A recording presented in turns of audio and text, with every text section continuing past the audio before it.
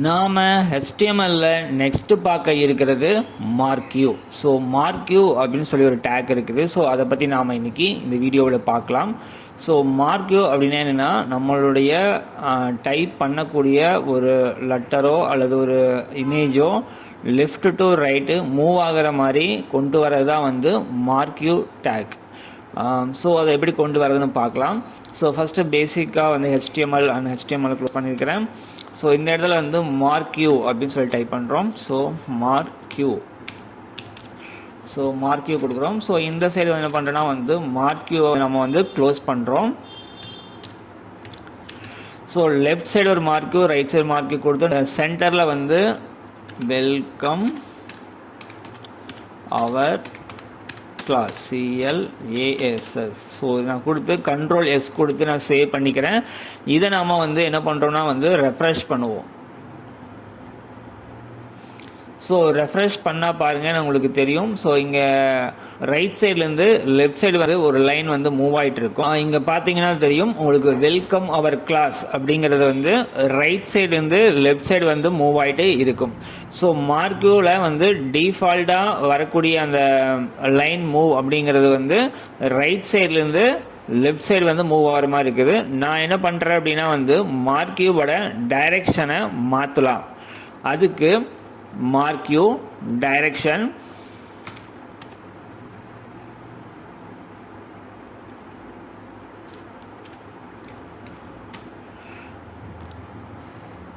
Equal. So நம்மளுக்கு எப்படி போயிட்டுருக்குன்னா right சைட்லேருந்து லெஃப்ட் சைடு போயிட்டுருக்குது. நான் என்ன பண்ணுறேன்னா வந்து marquee வந்து ரைட் அப்படின்னு சொல்லி கொடுக்குறேன். ஸோ அப்போ என்ன ஆகுனா லெஃப்ட் சைடுலேருந்து ரைட் சைடு வந்து மூவ் ஆகும். ஸோ உங்களுக்கு தெரியும் பாருங்கள் வந்து நம்மளுக்கு லெஃப்ட் சைடுலேருந்து ரைட் சைடு மூவ் ஆகுது. ஸோ டிஃபால்ட்டாக வரக்கூடியது வந்து என்ன அப்படின்னா வந்து ரைட் சைட்லேருந்து லெஃப்ட் சைடு வரும். நாம் இந்த டைரெக்ஷன் வந்து ரைட்னு கொடுத்தா ரைட் மூவ் ஆகும். நீங்கள் லெஃப்ட் வேணாலும் கொடுத்துக்கலாம். ஸோ லெஃப்ட் வந்து நீங்கள் டிஃபால்ட்டாகவே இருக்கிறது அதுதான். ஸோ அதனால் நீங்கள் கொடுத்தாலும் சரி கொடுக்காட்டியும் சரி உங்களுக்கு லெஃப்ட் சைடு தான் மூவ் ஆகும். ஸோ marqueeலேயே வந்து பார்த்துட்டிங்கன்னா வந்து இந்த லைன் மூவ் ஆகிட்டு இருக்கு இல்லையா. ஸோ இந்த லைனோட ஸ்பீடை வந்து நம்ம வந்து இன்க்ரீஸ் பண்ண முடியும் அல்லது வந்து டிக்ரீஸும் பண்ணிக்கலாம். ஸோ அது எப்படிங்கிறத பற்றி பார்ப்போம். ஸோ marqueeல நம்ம வந்து லெஃப்ட் அண்ட் ரைட் பார்த்தாச்சு. நெக்ஸ்ட்டு பார்க்க இருக்கிறது வந்து up and down. So up அப்படி நம்ம கொடுத்தோம்னா வந்து மேல் நோக்கி மூவ் ஆகும். ஸோ பாருங்கள் மேல் நோக்கி மூவ் ஆகும். இதுவே நம்ம வந்து அப்புக்கு பதிலாக டவுன் அப்படின்னு கொடுப்போம். கொடுத்து Ctrl S கொடுத்து சேவ் பண்ணுவோம். இப்போ நம்ம ரன் பண்ணால் மேலிருந்து கீழ் நோக்கி மூவ் ஆகும். நெக்ஸ்ட் பார்த்துட்டிங்க அப்படின்னா வந்து இதனுடைய ஸ்க்ரால் அமௌண்ட், அதாவது நார்மலாக இந்த ஸ்க்ரால் ஆகிறது நம்மளுக்கு ஒரு பொதுவான ஒரு மூமெண்ட்டில் போயிட்டுருக்கும். நம்ம நார்மலாக வந்து இந்த ஸ்க்ரால் பண்ணுறது வந்து ஒரு குறிப்பிட்ட வேகத்தில் தான் போயிட்டுருக்கும். இதனுடைய வேகத்தை கூட்டவோ குறைக்கவோ நம்மளால் செய்ய முடியும். அதுக்கு நம்ம என்ன பண்ணணும் அப்படின்னா வந்து ஸ்க்ரால் அமௌண்ட் அப்படின்னு சொல்லிட்டு கீவேர்டு இருக்குது. SCROLL scroll amount. Scroll amount equal 1 அப்படின்னு சொல்லி கொடுப்போம். ஸோ நான் என்ன பண்ணுறேன்னா வந்து டைரெக்ஷன் டவுன் இருக்கு இல்லையா, நான் திரும்ப வந்து ரைட் சைடு மூவ் ஆகிற மாதிரி நான் கொடுத்துட்றேன். RIGHT அப்படின்னு கொடுத்துருவோம். கொடுத்துட்டு நாம் இப்போது இதை ரெஃப்ரெஷ் பண்ணுவோம். ஸோ ரெஃப்ரெஷ் பண்ண பாருங்கள் இதனுடைய மூவ் அப்படிங்கிறது ரொம்பவே ஸ்லோவாக இருக்குது. ஏன்னா என்ன இருக்குது, நான் ஸ்க்ரால் அமௌண்ட் அப்படிங்கிறது வந்து 1 அப்படின்னு கொடுத்ததுனால அது ரொம்பவே ஸ்லோவாக இருக்குது. ஸோ உங்களுக்கு புரியுறதுக்காக என்ன பண்ணுறேன், நான் அப்படியே செலக்ட் பண்ணுறேன். Ctrl C கொடுத்து காப்பி பண்ணுறேன். ஸோ நெக்ஸ்ட் லைனில் என்டர் பண்ணிவிட்டு Ctrl V கொடுத்துட்டு இந்த ஸ்க்ரால் அமௌண்ட்டை வந்து இன்க்ரீஸ் பண்ணுறேன். எவ்வளோ கொடுக்குறேன் அப்படின்னா வந்து 20 அப்படின்னு சொல்லி நான் கொடுக்குறேன். ஸோ திரும்ப அதுக்கு அடுத்த லைனில் வந்து ஸ்க்ரால் அமௌண்ட்டை வந்து 30 அப்படின்னு சொல்லி நான் கொடுக்குறேன். ஸோ ஃபோர்த் லைன்லேயும் நான் வந்து என்ன பண்ணுறேன் அப்படின்னா வந்து என்னுடைய ஸ்க்ரால் அமௌண்ட்டை வந்து நான் 50க்கு சேஞ்ச் பண்ணுறேன். ஸோ ஃபஸ்ட் லைனில் வந்து பார்த்திங்கன்னா வெறும் 1 மட்டும்தான் கொடுத்துருக்கோம். ஸோ செகண்ட் லைனில் 20, தேர்ட் லைனில் 30 அண்ட் ஃபோர்த் லைனில் 50 அப்படின்னு கொடுத்துருக்கோம். இப்போ இந்த மார்க்கியோட வேகம் எந்த அளவுக்கு இருக்குது அப்படிங்கிறத செக் பண்ணுவோம். ஸோ கண்ட்ரோல் எஸ் கொடுத்து சேவ் பண்ணிக்குவோம். சேவ் பண்ணிவிட்டு நாம் இப்போ இதை ரெஃப்ரெஷ் பண்ணுவோம். ஸோ ரெஃப்ரெஷ் பண்ணால் பாருங்கள் உங்களுக்கு இந்த டிஃப்ரெண்ட் தெரியும். ஸோ ஒவ்வொன்றும் எவ்வளோ வேகத்தில் மூவ் ஆகிட்டு இருக்குது அப்படிங்கிறது உங்களுக்கு தெரியும். நாம் கொடுக்குற ஸ்க்ரால் அமௌண்ட்டை பொறுத்து இந்த லைனானது வேகமாகவோ அல்லது மெதுவாகவோ மூவ் ஆகும். நெக்ஸ்ட்டு பார்க்க இருக்கிறது மார்க்கியோட வித் அண்ட் ஹைட். ஸோ நான் என்ன பண்ணுறேன் அப்படின்னா வந்து மார்க்கியூ டேக்கை எடுத்துக்குவோம். ஸோ மார்க்கியூ கொடுத்துட்டு இதனுடைய மார்க்கியோட வித்தை நம்ம எடுத்துக்குவோம். ஸோ வித் ஈக்குவல் நான் என்ன பண்ணால் 50 அப்படின்னு சொல்லி கொடுக்குறேன். ஸோ 50% கொடுக்குறேன்.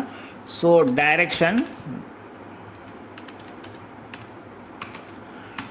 டைரெக்ஷன் வந்து ரைட். ஸோ நான் இங்கே க்ளோஸ் பண்ணிடுறேன். ஸோ இந்த பக்கம் திருப்ப என்ன பண்ணுறேன் அப்படின்னா வந்து மார்க்கியூவை க்ளோஸ் பண்ணணும். மார்க்கியூ. ஸோ இந்த சென்டரில் நம்ம ஏதாவது ஒரு லைன் எழுதணும். ஸோ இங்கே மேலே இருக்கிற வெல்கம் அவர் கிளாஸ் அப்படிங்கிறதையும் நான் என்ன பண்ணுறேன், காப்பி பண்ணுறேன். இந்த இடத்துல கொண்டு வந்துட்டு பேஸ்ட் பண்ணிக்கிறோம். கண்ட்ரோல் எஸ் கொடுத்து நான் வந்து சேவ் பண்ணி ரன் பண்ணலாம். ஸோ உங்களுக்கு தெரியும் இந்த லைனானது வந்து பார்த்தீங்கன்னா இந்த பேஜில் 50% வரும்போது இது வந்து அப்படியே வந்து மறைஞ்சிரும். ஸோ உங்களுக்கு அது புரியறதுக்காக நான் வந்து அந்த லைனை மட்டும் நான் உங்களுக்கு கலராக மாற்றி காமிக்கிறேன். ஸோ கலராக மாற்றுறதுக்கு என்னது, ஃபாண்ட் கலராக. So font FONT font colour equal red. So இங்கே வந்து ஃபாண்ட்டை வந்து நான் க்ளோஸ் பண்ணுறேன். ஸோ நம்ம வேணால் இன்னும் வந்து டிஃப்ரெண்ட்டாக தெரியுதுக்கு HR டேக்கோடு நம்ம யூஸ் பண்ணிக்கலாம். HR கொடுத்துக்குவோம். ஸோ இங்கே ஒரு HR கொடுத்துக்குவோம். ஸோ HR கொடுத்தோம்னா கீழே வந்து ஒரு லைன் வந்து ஆட் ஆகும். ஆக்சுவலாக HRக்கு க்ளோசிங் டேக் கிடையாது. இப்போ நாம் ரன் பண்ணுவோம். ஸோ ரன் பண்ணால் உங்களுக்கு பாருங்கள் இந்த வெல்கம் அப்படிங்கிற லைன் வருது இல்லையா. ஸோ இந்த சென்டர் பொசிஷனுக்கு வந்துச்சு அப்படின்னா என்ன ஆகுனா வந்து அப்படியே வந்து ஹைட் ஆகிடும். ஏன் அப்படின்னா நம்ம என்ன சொல்லிக்கிறோம்னா மார்க்கியோட வித்து வந்து 50% மட்டும் இருந்தால் போதும்னு சொல்லிக்கிறோம். இன்கேஸ் நீங்கள் இதில் வந்து 80%க்கு நீங்கள் மாற்றுறீங்க அப்படின்னா இது வந்து அந்த பகுதி அந்த பேஜில் 80% அளவுக்கு அந்த லைனானது அதாவது எக்ஸாக்டாக இது வரைக்கும் வந்துட்டு மறைஞ்சிரும்.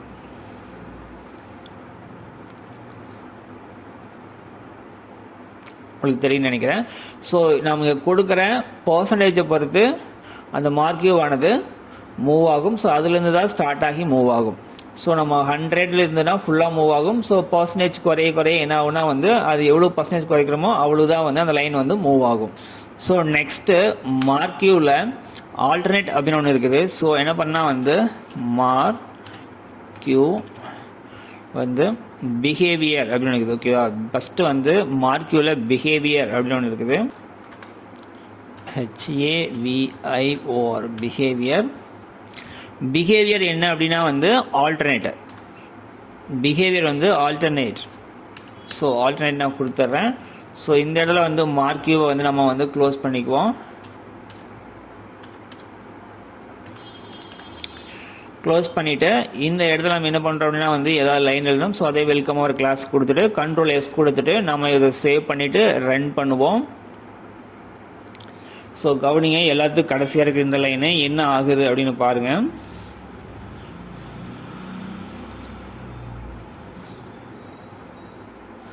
ஸோ பாருங்கள் இந்த லைன் வந்து இங்கே டச் ஆகிட்டு பவுன்ஸ் ஆகும். ஸோ இங்கேருந்து அடிச்சுட்டு திரும்பி இங்கே வந்து நிற்கும். ஸோ இதில் பவுன்ஸ் ஆகி திரும்பி இங்கே வரும். ஸோ இதுக்கும் அதுக்கும் வந்து பவுன்ஸ் ஆகிட்டே இருக்கும். ஸோ அதுதான் வந்து மார்க்கியூ பிஹேவியர் ஆல்டர்னேட். இதில் ஸ்க்ரால் அப்படின்னு ஒன்று இருக்குது. மார்க்கியூ பிஹேவியர்லேயே வந்து ஸ்க்ரால்னு ஒன்று இருக்குது. நம்ம ஆல்ரெடி வரக்கூடிய டிஃபால்ட்டாகவே இருக்கக்கூடிய ஸ்க்ரால் தான் அது. ஸோ நீங்கள் அதை கொடுத்தாலும் அப்படி தான் மூவ் ஆகும், கொடுக்காட்டியும் அப்படி தான் இருக்கும். ஓகே, இந்த வீடியோ உங்களுக்கு புரிஞ்சிருக்குன்ட்டு நாங்கள் நம்புகிறோம். மற்றும் ஒரு வீடியோவில் சந்திக்கலாம். இந்த வீடியோ உங்களுக்கு பிடிச்சிருந்துச்சுன்னா மறக்காமல் லைக் பண்ணுங்கள், கமெண்ட் பண்ணுங்கள், ஷேர் பண்ணுங்கள், சப்ஸ்கிரைப் பண்ணுங்கள்.